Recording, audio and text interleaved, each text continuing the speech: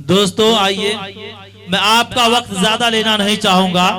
کچھ لوگ اشارہ بھی کر رہے ہیں دائیں سے بائیں سے ہر طرف سے کہ چارہ کرو، چارہ کرو، ان کو بلا کیوں نہیں دیتے، چارہ کرو، ان کو بلا کیوں نہیں دیتے، جو دل کی دوا ہے وہ دوا کیوں نہیں دیتے۔ تو آپ کے دل کی دوا دینے چل رہا ہوں کہ سرکار کے وابستہ جو انسان نہیں ہے، سرکار کے وابستہ جو انسان نہیں ہے، وہ لاکھ پڑھے کلمہ، وہ لاکھ پڑھے کلمہ مسلمان نہیں ہے۔ جس دل میں نہیں عشق شہنشاہ مدینہ، جس دل میں نہیں عشق شہنشاہ مدینہ، مردہ ہے وہ دل، اس میں کوئی جان نہیں ہے۔ حضرات محترم، ایک ایسے خطیب تک پہنچنے کی جسارت، ہمت، جرأت کر رہا ہوں جو ظلمت کدہ دل میں خوف خدا، عشق مصطفیٰ کا چراغ روشن کر دیتے ہیں، جو مردہ جسم کے اندر ایمان و یقین کی روح پھونک دیتے ہیں۔ اگر آیات قرآن کی تفسیر کی طرف متوجہ ہو تو حقائق و معارف کے جواہر لٹاتے ہیں، اگر حدیث نبی کی شرح وظائف کے طرف مائل ہو تو مسائل علم و عرفاں حل ہوتے ہوئے نظر آتے ہیں۔ کسی نے خوب کہا ہے کہ مزہ برسات کا چاہو تو ان آنکھوں میں آ بیٹھو، مزہ برسات کا چاہو، مزہ برسات کا چاہو تو ان آنکھوں میں آ بیٹھو۔ سیاہی ہے، سفیدی ہے، شفق ہے، ابر بارہ ہے۔ میں بڑے خلوص کے ساتھ، بڑے ادب کے ساتھ، خطیب دی شان، دی صلاحیت، ہر دل عزیز، کروڑوں کے مجمع میں سنجیدگی بخشنے والا ادیب، ایوان باطن میں زلزلہ برپا کرنے والا امیر، شہنشاہ فکر و تدبر، فلک خطابت کے نیر تابع، حضرت علامہ و مولانا مفتی محمد توحید صاحب مظاہری، صدر مدرس مدرسہ رحمانیہ سپول ہے۔ میں نہایت ادب و احترام کے ساتھ حضرت سے گزارش کر رہا ہوں کہ ڈائس پر تشریف لائے اور اپنی ایمانی، عرفانی، حقانی تقریر سے خوابیدہ قوم کو بیدار کرے۔ اس شعر کے ساتھ حضرت کا استقبال ہے کہ یہ الگ بات کے خاموش کھڑے رہتے ہیں، یہ الگ بات کے خاموش کھڑے رہتے ہیں، پھر بھی جو لوگ بڑے ہیں وہ بڑے رہتے ہیں۔ ایسے اسلاف سے ملتا ہے ہمارا شجرہ جن کے ٹھوکروں میں کئی تاج پڑے رہتے ہیں۔ نحمده ونستعينه ونستغفره ونؤمن به ونتوكل عليه ونعوذ بالله من شرور أنفسنا ومن سيئات أعمالنا من يهد الله فلا مضل له ومن يضلله فلا هادي له ونشهد أن لا إله إلا الله وحده لا شريك له ونشهد أن سيدنا ومولانا محمدا عبده ورسوله أعوذ بالله من الشيطان الرجيم بسم الله الرحمن الرحيم إن الله لا يغير ما بقوم حتى يغيروا ما بأنفسهم صدق الله مولانا العظيم۔ علامہ اقبال نے کہا خدا نے آج تک اس قوم کی حالت نہیں بدلی، خدا نے آج تک اس قوم کی حالت نہیں بدلی، نہ ہو خیال جس کو اپنی آپ کے حالت کے بدلنے کا۔ حضرت مولانا الطاف حسین حالی رحمت اللہ علیہ نے ترجمہ اس طرح کیا، ہم نے بگاڑا نہیں کوئی اب تک، ہم نے بگاڑا نہیں کوئی اب تک، وہ بگڑا نہیں آپ دنیا میں جب تک۔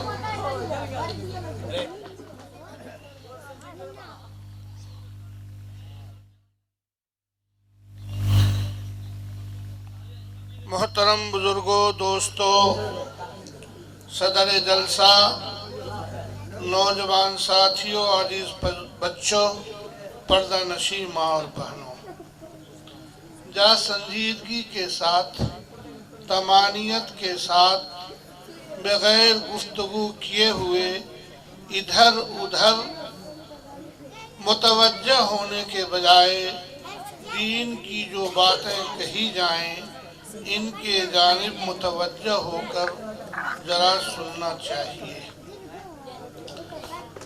اللہ تعالی ہم سبوں کو فائدہ نصیب فرمائے۔ جو تو میرا تو سب میرا، فلک میرا زمیں میری، جو تو میرا تو سب میرا، فلک میرا زمیں میری، جو تو میرا تو سب میرا، فلک میرا زمیں میری، جو تو میرا تو سب میرا، فلک میرا زمیں میری، اگر ایک تو نہیں میرا تو کوئی شے نہیں میری۔ محترم بزرگوں، ایسا محسوس ہوتا ہے کہ ہمارے سامعین جو بیٹھے ہوئے تھے وہ صرف اس واسطے بیٹھے ہوئے تھے کہ چند اشعار سنیں گے اور سن کر چلے جائیں گے۔ ایمانداری کی بات یہ ہے کہ مجھے اچھا لگا گیت اور گانے اور ادھر ادھر کے فحاشی سے بہتر ہے کہ شادی کے موقع سے اگر آدمی ایسی مجلسوں کا انعقاد کر دیا کرے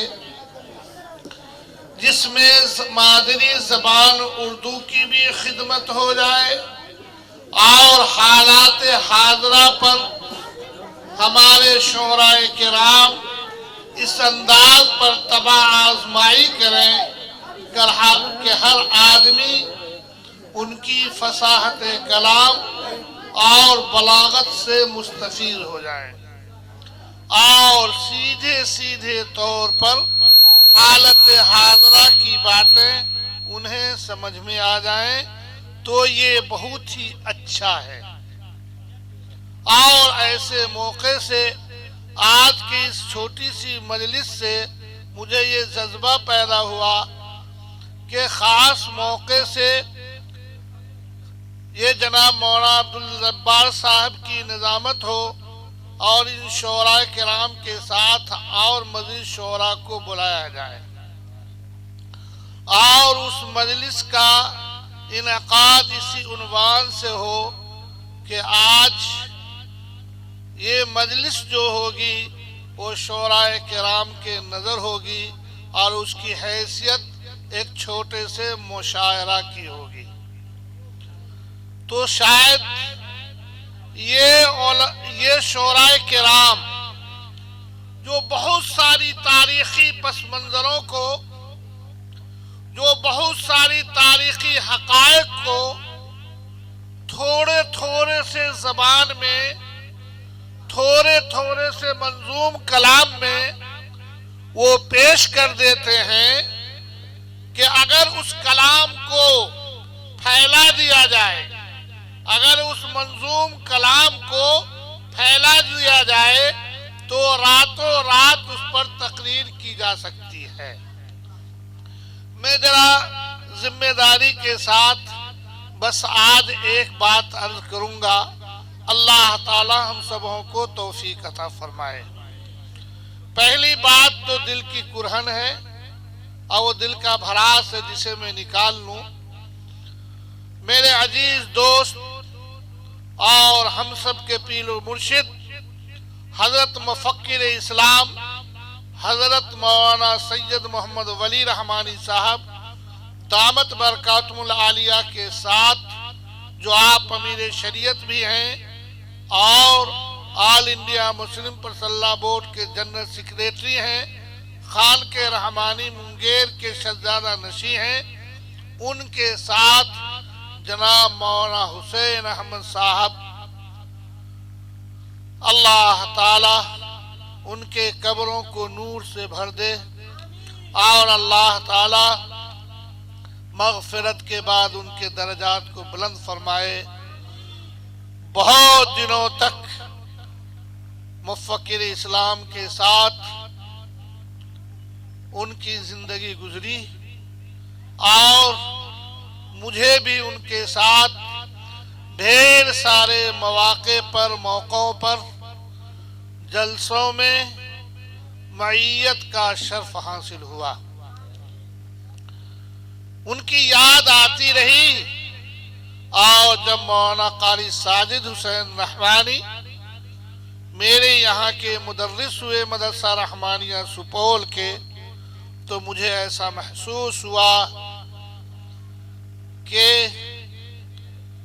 میرے ایک عزیز دوست کی یادگار ہمیشہ مجھے توانائی اور طاقت اور ہمت بخشتی رہے گی۔ اللہ تعالیٰ ان چاروں بھائیوں کو، حامد حسین رحمانی ہو، فائق رحمانی ہو اور ساجد رحمانی، اور وہ میں کیا کہوں گلاب رحمانی، یا اس کا نام تو ہے شاکر رحمانی۔ میں نے پوچھا کہ کیا نام ہے، موٹر سائیکل پر پیچھے سے ذرا بال اس کے بڑے ٹیپ کا آگے دیکھا شیشے میں، تو کہا کہ میرا نام گلاب ہے۔ تو میں نے کہا کہ شاکر رحمانی یقیناً نہیں ہوگا، لیکن ہے تو شاکر رحمانی ہی۔ بہرحال اللہ تعالیٰ ان چاروں بچوں کو، ان کی بہنوں کو، ان کے ماں کا سایہ تا دیر قائم رکھے، اور باپ کی کمی ان کی مشفق ماں سے پوری ہوتی رہے۔ اللہ تعالیٰ جو دادا زندہ ہیں، اللہ تعالیٰ ان کی عمر میں برکت دے، اور اللہ تعالیٰ صحت و عافیت نصیب فرمائے۔ دوستو، ایک ہی بات آج میں عرض کرنا چاہتا ہوں، اور یہ جو میرے نوجوان بات چیت کرتے ہیں ذرا غور سے سنو۔ یہ بوڑھے، یہ بزرگ اپنا وقت پورا کر چکے ہیں، تھوڑا عرصہ ان کا کچھ باقی ہے، اللہ کے پیارے ہو جائیں گے۔ لیکن یاد رکھو عزیزو، ہر قوم کی دولت، ہر قوم کی عزت، ہر قوم کا وقار اس کے نوجوانوں سے ہوا کرتا ہے۔ ہر قوم کی ترقی کا دار و مدار، بھئی ذرا ان بچوں کو چپ نہیں کر سکتے؟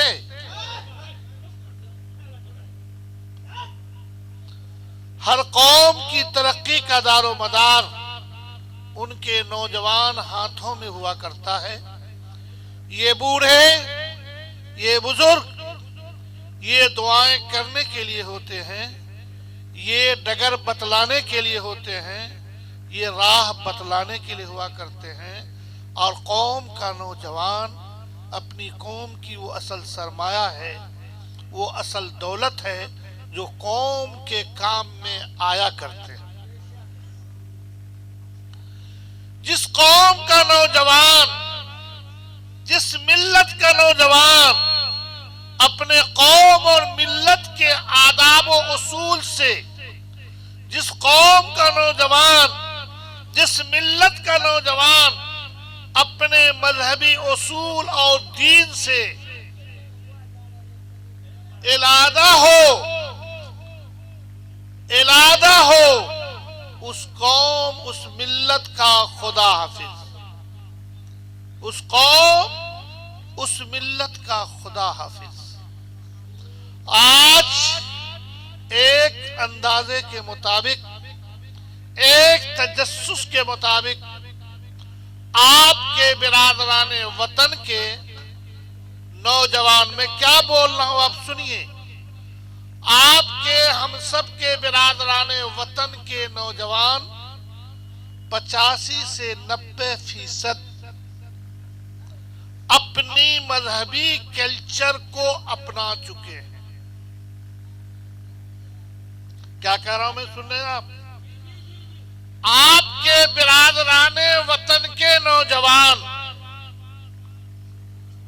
اپنی مذہبی کلچر، اپنے مذہبی اخلاقیات، اپنے مذہبی کارنامے کو 85 سے 90% نوجوان اس کلچر کو اپنا چکے ہیں اور اس ایزم کے ساتھ ہیں۔ اور آپ کا کلمہ پڑھنے والا، آپ کے ملت کے کلمہ پڑھنے والے یہ نوجوان سن کے حیرت ہوگی، اس کا تجزیہ آپ اپنی مجلس سے کر سکتے ہیں۔ آپ کی ملت نوجوان 85 سے 90% نوجوان اسلامی کلچر سے علیحدہ اور الگ ہے.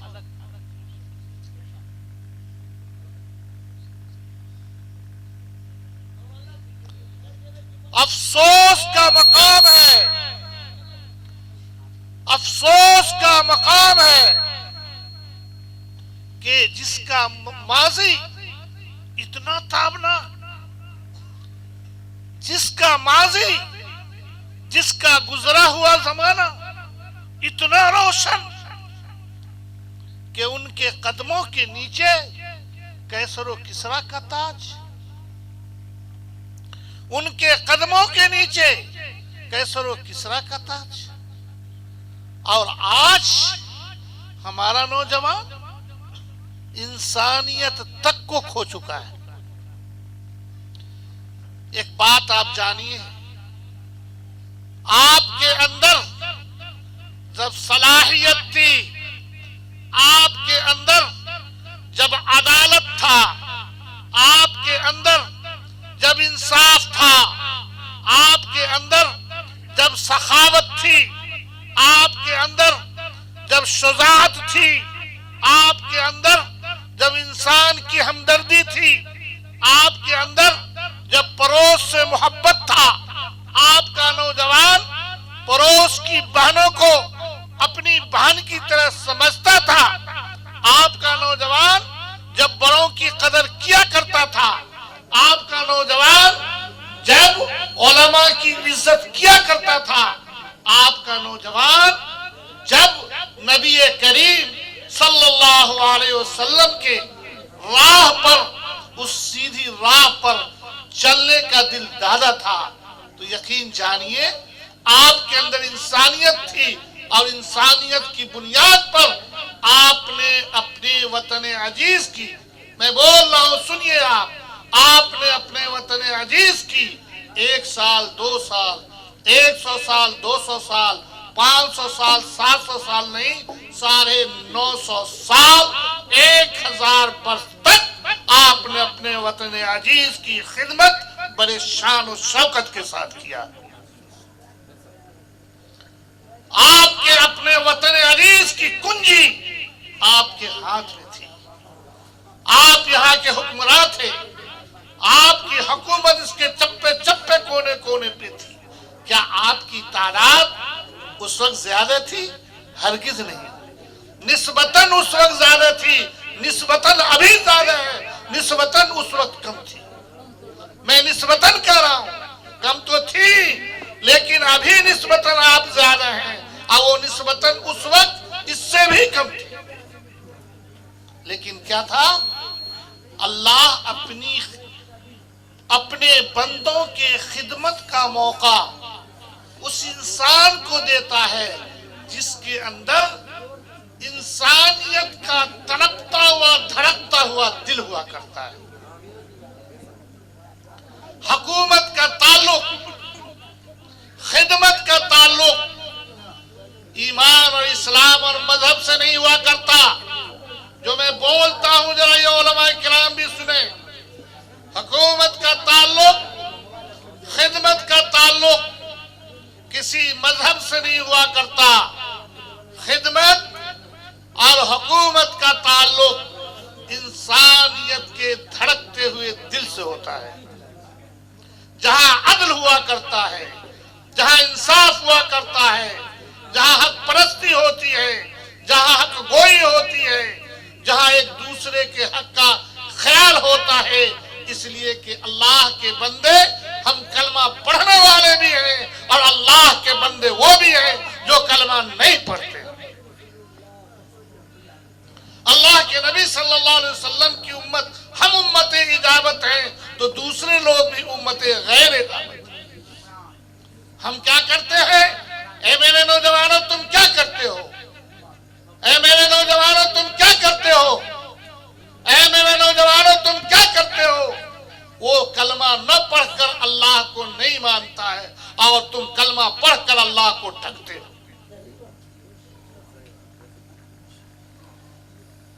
تم کلمہ پڑھ کر اللہ کے نبی صلی اللہ علیہ وسلم کو دھوکہ دیتے ہو.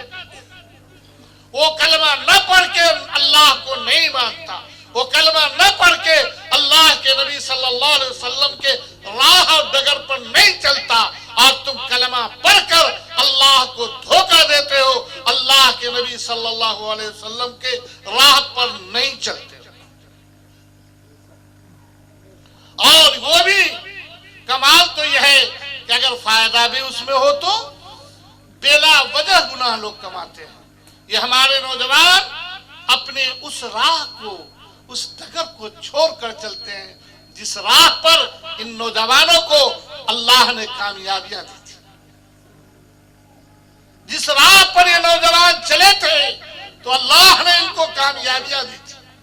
آج اس راہ کو چھوڑ کر چھوٹی چھوٹی باتوں میں تک دوسرے کے راہ کو اختیار کر رہے ہیں۔ مثال کے طور پر میں بتاؤں، آپ کے غیر کے مذہبی عقائد کے مطابق گائے کے کھڑ کے مطابق ٹھیک ہونا چاہیے۔ سنو، غور سے سنو، نہیں معلوم ہے تو معلوم کرو، گائے کے کھڑ کے مطابق ٹھیک ہونا چاہیے۔ ہمارے برادران وطن میں سے بعض برادر ایسے تھے جس کو ہندو ہونے کے بعد بھی لوگ مندروں میں نہیں جانے دیا کرتے تھے، بدن کو نہیں چھوتے تھے، آپ سمجھ رہے ہوں گے۔ تو ایسے لوگ ٹھیک پورا گائے کے خون کے مطابق رکھتے تھے تاکہ ہم کو ہندو کہا جائے اور ہمارے برادران وطن ان کو قبول کر لیں۔ چنانچہ قبول بھی کیا، تعلیم میدان میں آگے بڑھے، اب ان کے BDO CO کلکٹر اور سب بننے لگے، تو وہ جو گائے کے خون کے برابر تھا وہ بھی غائب ہو گیا۔ اتفاق سے اس برادری کا ایک انسان کرکٹر بن گیا اور اس کا نام ہنی ہے۔ اس کو پروز کا زمانہ یاد آ گیا تو اس نے گائے کے کھر کے مطابق ٹک رکھ لیا۔ آج وہ پھس ہے، لوگ اپنے زمان میں کہتے ہیں پھس بٹتا ہے تو خوب باتیں چل گئی، وہ پھس ہے، اس کی کوئی حیثیت نہیں ہے۔ لیکن ہمارا نوجوان اس حقیقت کا بال رکھتا ہے۔ اے لوگوں، کتنا غضب کا مقام، اے ایمان والو، اے غیرت مند قوم کے غیور نوجوانوں، یہی ہے تمہارا سیوا۔ اگر تمہیں حضور کا بال پسند نہیں آتا، نعوذ باللہ، تم ایمان والے ہو، تمہیں حضور اکرم صلی اللہ علیہ وسلم کا بال پسند نہیں آیا؟ حضور اکرم صلی اللہ علیہ وسلم نے بال رکھے ہیں، تمہیں پتا ہے کتنے خوبصورت بال رکھے ہیں، یہ ہمارے آپ کی طرح مڈاتے نہیں تھے۔ اللہ کے نبی صلی اللہ علیہ وسلم بال مڈاتے نہیں تھے، اللہ کے نبی صلی اللہ علیہ وسلم کے بال بڑے بڑے ہوا کرتے تھے، لما وفرا جمہ، یہ علماء کرام جانتے ہیں، یہاں تک گردن سے اوپر تک اور پھر اس سے اوپر تک، یہ 3 طرح کا بال آپ صلی اللہ علیہ وسلم رکھا کرتے تھے۔ اگر میرا نوجوان 5 وقت کی نماز پڑھتا ہے اور اگر اللہ نے چہرے پہ داڑھی دے دی، وہ داڑھی رکھتا ہے، اور اگر یہ بال رکھتا ہے، کیا حرج ہے؟ کوئی حرج نہیں۔ اس کا بال رکھنا عبادت، نماز پڑھنی اس کی عبادت، ایسے نوجوان کا چلنا پھرنا عبادت، ایسے نوجوان کا سونا عبادت، ایسے نوجوانوں کا کھانا کھانا عبادت، ایسے نوجوانوں کا بات کرنا عبادت، ایسے نوجوانوں کا چلنا اور پھرنا عبادت، ماں اور باپ کی خدمت کرنی عبادت، بڑوں کی عزت اور قدر کرنی عبادت۔ اور کان کھول کر سن لو، اگر تم نہیں سمجھو گے تمہارے آنے والی نسلوں کا کیا حال؟ ہمارے بڑے اپنے وطن عزیز کو آزاد کرنے کے واسطے جب دیوانے ہوا کرتے تھے تو شعر پڑھا کرتے تھے، نہ سمجھو گے تو مٹ جاؤ گے ہندو ستا والو، نہ سمجھو گے تو مٹ جاؤ گے ہندو ستا والو، تمہاری داستان تکمیل ہوگی داستانوں میں۔ لیکن آج میں تھوڑے سے تضمین کے ساتھ میں پڑھتا ہوں،